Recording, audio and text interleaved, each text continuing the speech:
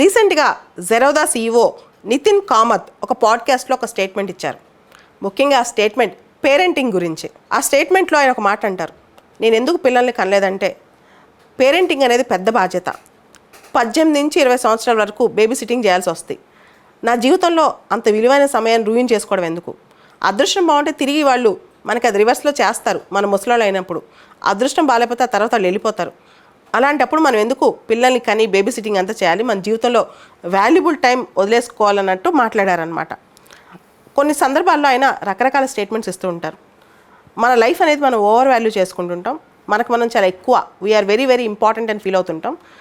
ప్లానెట్లో భూమి మీద అన్ని జీవులు వచ్చినట్టే మనం కూడా వస్తాం. ఇక్కడ ఉండాలి, హ్యాపీగా బతకాలి, పోవాలి అంతే. అంతేగాని మనల్ని అందరూ గుర్తుపెట్టుకోవాలి ఇదంతా ఎక్కువ ఆలోచిస్తుంటాము. కానీ నోబడీ రిమెంబర్స్ నో వన్ అని చెప్పి ఆయన స్టేట్మెంట్ ఇస్తారు. తర్వాత ఇంకొక టైంలో ఇంకొక మాట కూడా ఆయన అంటారనమాట. సో మ్యాన్కైన్కి ఒక ఆశ ఉంటుంది, we always expect that people should remember after we die.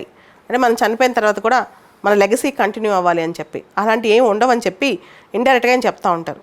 We come here, we live happily and దాంతోపాటు మనం అందరికీ మంచిని షేర్ చేయాలి, ఇక్కడి నుంచి వెళ్ళిపోవాలని చెప్తుంటారు. అయితే ఇక్కడ ఒక క్వశ్చన్, భారత సాంప్రదాయం ప్రకారం పేరెంటింగ్ అనేది ఒక రెస్పాన్సిబిలిటీ. దాంతోపాటు మనిషి ప్రతి ఒక్కళ్ళు మన సోషల్ స్ట్రక్చర్లోనే ఆ పేరెంటింగ్ అనేది దాగుందనమాట. పెళ్ళి తర్వాత పిల్లలు అనేది మన స్కీమ్ ఆఫ్ థింగ్స్లోనే ఉంది, సోషల్ స్కీమ్ ఆఫ్ థింగ్స్లో. దాన్ని కాదని చెప్పి యువత చాలామంది ఇప్పుడు రకరకాలుగా ఆలోచిస్తున్నారు. ముఖ్యంగా పాశ్చాత్య పోకడనమాట ఇది. వెస్ట్రన్ సొసైటీలో ఇది ఉంది. తర్వాత ఈ మధ్య చైనాలో, కొరియా, సౌత్ కొరియాలో, జపాన్లో చాలామంది యువత పెళ్ళి పిల్లలు ఇంట్రెస్ట్ చూపించట్లేదంట. ముఖ్యంగా ఉద్యోగాలు, డబ్బులు ఇవన్నీ చూసుకుని పిల్లల్ని కంటే ఒక బర్డన్, వాళ్ళని పెంచడం ఒక బర్డన్, వాళ్ళకి ఎడ్యుకేషన్ ఫీజు, పెంపకం ఖర్చు చాలా అయిపోతుంది. ఇవన్నీ పక్కన పెట్టి మనం హ్యాపీగా ఉండాలంటే పిల్లలు తక్కువ మంది ఉండాలి, లేదా పిల్లలు వద్దు అని చెప్పి. భారత సాంప్రదాయం ప్రకారం ఒకప్పుడు కుటుంబం అంటే పిల్లలే అనమాట. పిల్లల్ని సంపదగా చూస్తారు, పిల్లల్ని బరువుగా బాధ్యతగా చూడరు, ఒక సంపద అనమాట. సో ఆ సంపద పక్కన పెట్టి ఈ మధ్య కాలంలో మన సంప్రదాయంలో కూడా పిల్లల పెంపకం అనేది పెద్ద బాధ్యత, బరువు అయిపోయింది. నితిన్ కామత్ లాంటి వాళ్ళు ఇలాంటి స్టేట్మెంట్స్ ఇస్తే, అంటే పిల్లల్ని కంటం వల్ల మనం వాళ్ళపైన ప్రేమను పెంచుకుని 18 నుంచి 20 సంవత్సరాల వరకు వాళ్ళని చూసుకుంటూ కాపు కాచుకుంటూ ఉండి మన జీవితం నాశనం చేసుకున్న తర్వాత వాళ్ళు తిరిగి మనం చూస్తారో లేదో మనకు తెలియదు, అప్పుడు మన జీవితం రూయిన్ అయిపోద్ది. ఇలాంటి స్టేట్మెంట్లు ఇస్తూ పోతే సమాజానికి మనం ఏమి లెసన్ చెప్తున్నాము? ఎందుకంటే గుడ్ సిటిజన్స్ ఎక్కడి నుంచి వస్తారు? గుడ్ ఫ్యామిలీ సిస్టమ్ నుంచి వస్తారు. ఎప్పుడైనా కంట్రీకి human resource is also resource.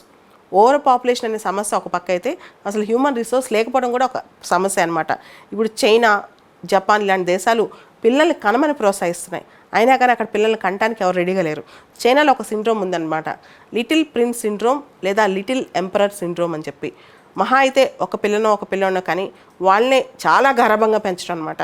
దాన్నే లిటిల్ ప్రిన్స్ లేదా లిటిల్ ఎంపరర్ సిండ్రోమ్ అంటున్నారు చైనాలో.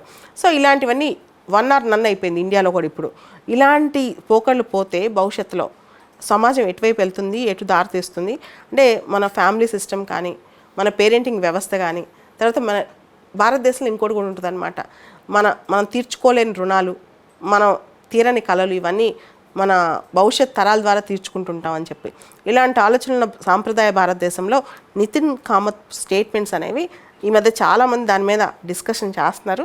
మనం కూడా సమాజం ఒకసారి ఆలోచించాలి. నిజంగా మన సమాజంలో ఇలా మోడర్న్ ఎరాలో ఇలా ఆలోచించే వాళ్ళు కూడా చాలామంది ఉన్నారు.